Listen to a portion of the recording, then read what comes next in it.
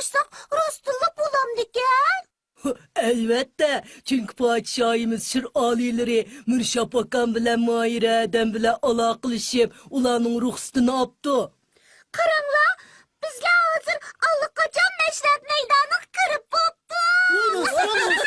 Ademler kuldan falan bir öyle. Assalomu alaykum. Mushukjon, Chashqanchaq. Yeni yılga mübarek çiçen tiyin iyikcak. Ve aleykümselam Mürşap Akan Mahir Adem.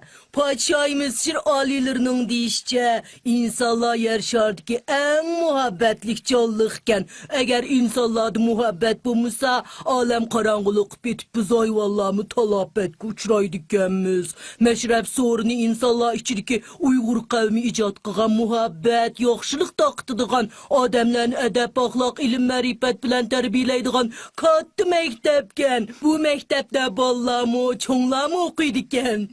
Aqlliq iyikcak to'g'ri aytsan. Xo'sh, bugungi mashrabga obdan kapsizlar. Nemish qilinglar ba?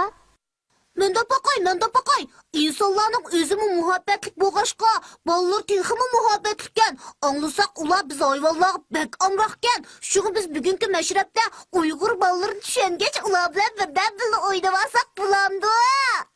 Albatta, undaq sizlar 4 yoshlik o'g'limiz Mafruzning naqshisini anglag'ash, uning bilan billa usul o'ynanglar. Mashrabdan xushallik tepinglar. Mafruz chiqdi.